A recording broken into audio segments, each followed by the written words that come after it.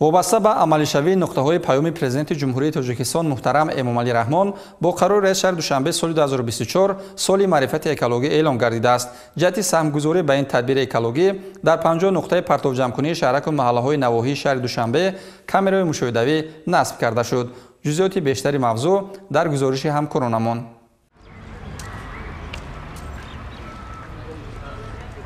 در دوره عملی‌شوی دستور سپارش‌های پرزیدنت جمهوری تاجیکستان کمیته حفظ محیط زیستی نزد حکومت جمهوری تاجیکستان برای به شهر سبز تبدیل دادن پایتخت جمهوری تاجیکستان شهر دوشنبه سهمگذاری نموده جهت سالمگردانی محیط زیست و بلند برداشتن معرفت اکولوژی اهالی و رعایت فرهنگ شهرنشینی در 50 نقطه آسیب‌پذیر پرتو جمع‌کنی شهرک و محله‌های نواحی پایتخت کامراهای مشاهده‌ای نصب نمود. فعالگردانی مرکز مانیتورینگ کامراهای مشاهده‌ای در سر حفظ محیط زیست در شهر دوشنبه 20 مارس سال 2024 با اشتراک رئیس کمیته حفظ محیط زیست نزد حکومت جمهوری تاجیکستان بهادر شیرعلیزاده و معاون رئیس شهر دوشنبه طالب رحیمزاده صورت گرفت. چنین تدبیر اکولوژی امکان می‌دهد که قاعده ویرانکنی‌های سمت اکولوژی مخصوصاً در جای‌های نامعین جایگیر نمودن پرتو آشکار گشته فوراً نسبت قانونشکن‌ها چاره‌جویی کرده شود.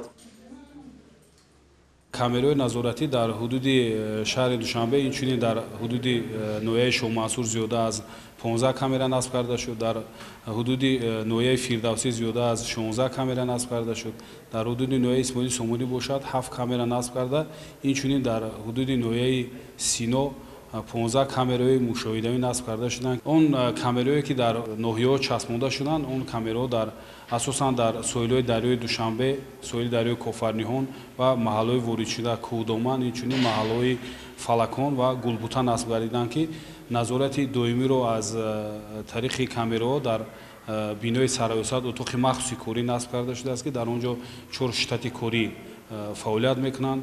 نظارت شبانه روزی رو برده ایستاده اون قانونشکنی که طریق کامرا آشکار کرده می شود، طریق رسم یا نصب ویدیویی گرفته شده با کارمندان سرایسد و ناظران پیشنهاد کرده می شود. تجهیزات و کامراهای مرکز مانیتورینگ کامراهای مشاهده‌ای 24 ساعت فعال بوده. ثبت‌های نظارتی آن از نقطه‌های نصب شده در تجهیزات مانیتورینگی آن حفظ و نگهداری می‌شود. مرکز همچون ساختاری سرایست حفظ محیط زیست در شهر دوشنبه با 4 واحد کاری تأسیس داده شد. فعالیت منبعد کامراهای مشاهده‌ای در بهبود گشتن وضع اکولوژی پایتخت و به مراتب کم گشتن قانونشکنی‌ها در سمت جایگیر نمودن پرتو در منطقه‌های آسیب‌پذیر نقشی مهم در این برابر معرفت و تربیت اکولوژی اهالی بلند گشته قانون‌های عملکننده سمت اکولوژی رعایت کرده می شود. در پرتوگاه‌های موقتی هم کامرای نظارتی نصب کرده شده است که این هم باشد برای رعایت نمودن رژه پرتوی در حدود شهر دوشنبه و اینچنین برآوردن پرتوهای سری وقت از ساختارهای کمونالی پرتوکشانی می باشد.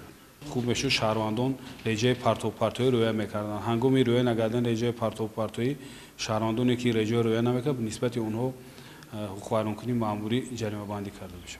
مورد به ذکر است که تجهیزات مذکور از حساب لایحه برنامه مطابق شوی به تغییریابی اقلیم و کم کردن تاثیر آن در حوزه بحر ارال که از جانب کمیته حفظ محیط زیست نزد حکومت جمهوری تاجیکستان عملی گردیده ایستاده است خریداری گردیده نصب و وصل آن از جانب شرکت‌های وطنی انجام داده شد. این ابتکارات در سطح جمهوری اولین بوده. با راه اندازی چنین اقدام حالت‌های قانون ویرانکنی زیر نظارت دائمی قرار داده شده بابت تازه و آزاده و به آزاد شهر تبدیل دادن دوشنبه مساعدت می نماید.